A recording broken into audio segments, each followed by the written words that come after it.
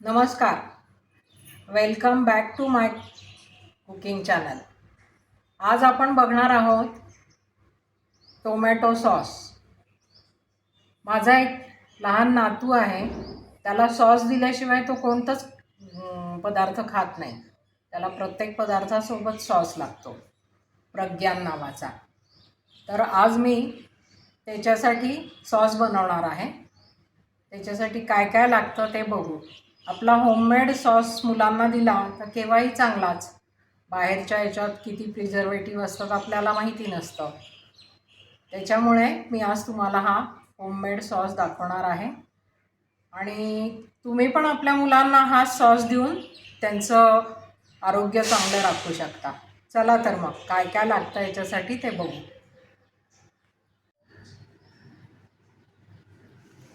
त्याच्यासाठी आपण टमाटे घेऊ. अर्धा किलो टमाटे, त्याच्यासाठी एक छोटा कांदा.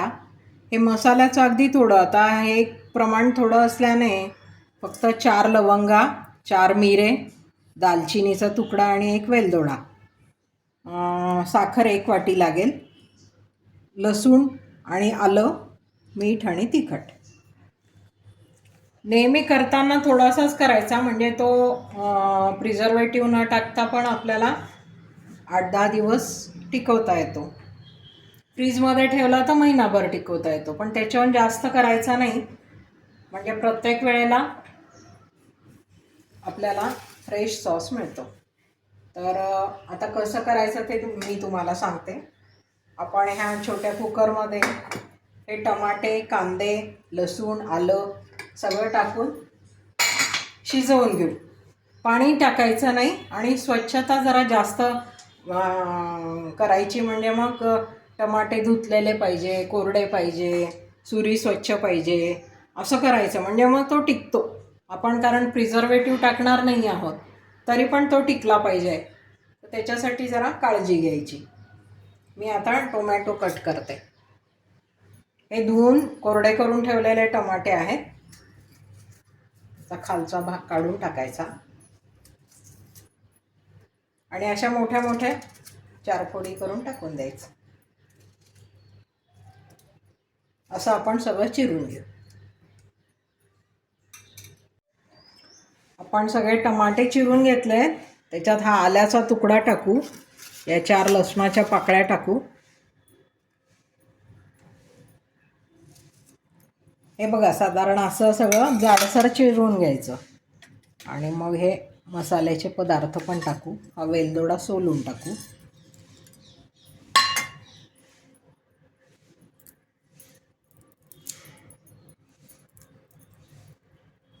सोलून नाही टाकला तरी तो आपण सगळं स्टेन करतो तेव्हा राहतो, पण सोललेला बरा. आणि पाणी न टाकता झाकण लावून मंद गॅसवर 2 शिट्ट्या होऊ द्यायच्या.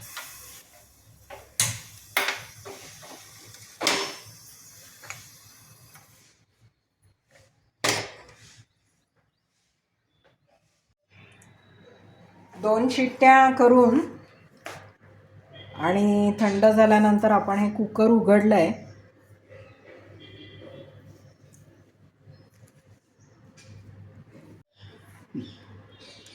हे आता आपण मिक्सरमधनं काढून घेऊ आणि नंतर स्टेनरने गाळून घेऊ. दाखवते मी तुम्हाला.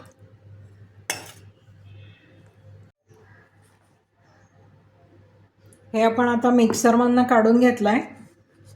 हे आता जरा गाळून घेऊ.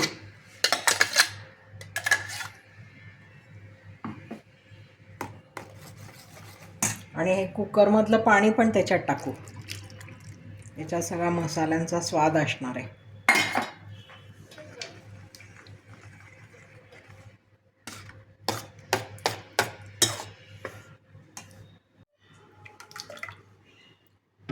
स्टेन केल्यानंतर हा असा पल्प निघाला आहे. हा आता आपण गरम करू.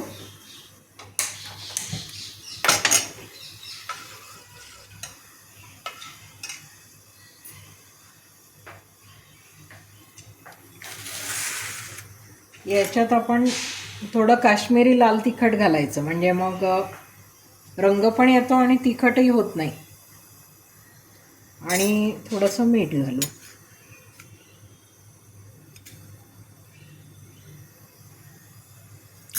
आणि ही 1 वाटी साखर घालू.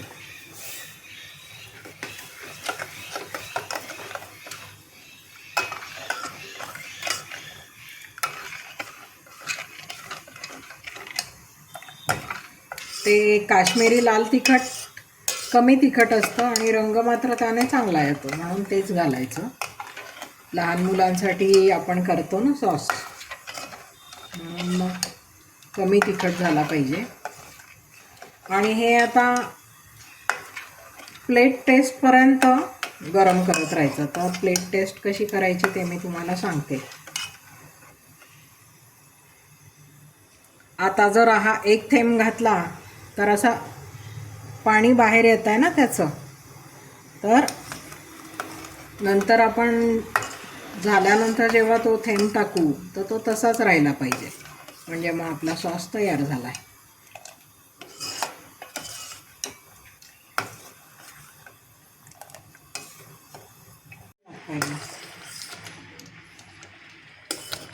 आता आपल्याला 10 मिनटं झाले, हे उकळत आहे. आता परत एकदा प्लेट टेस्ट करून बघू. झालं असलं तर ठीक, नाही तर परत 5 मिनिट करत राहायचं. प्लेट टेस्टसाठी असं हे घ्यायचं.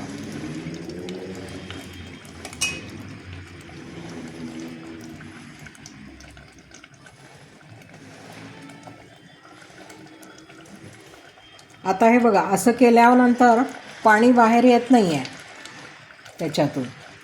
तरी 1-2 मिनिट अजून आपण शिजवू याला, म्हणजे मग हा झाला आहे. आधी कसं पाणी येत होतं ना बाहेर, आता बघा त्या थेंबातनं पाणी येत नाही आहे.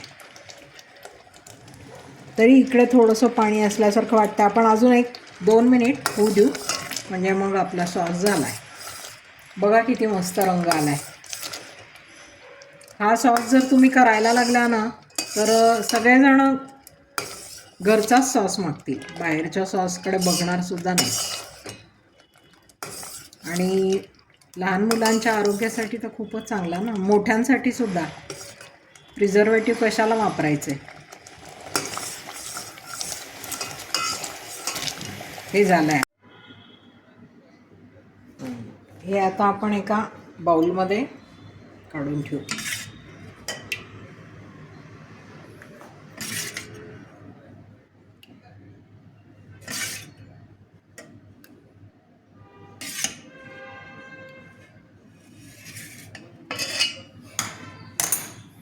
थंड झाल्यानंतर आपण एखाद्या स्वच्छ बाटलीत भरून ठेवू. बाहेर जर ठेवला तर तो 8 दिवस राहतो. 8-10 दिवस काही होत नाही त्याला, पाण्याचा अंशच नाही आहे ना.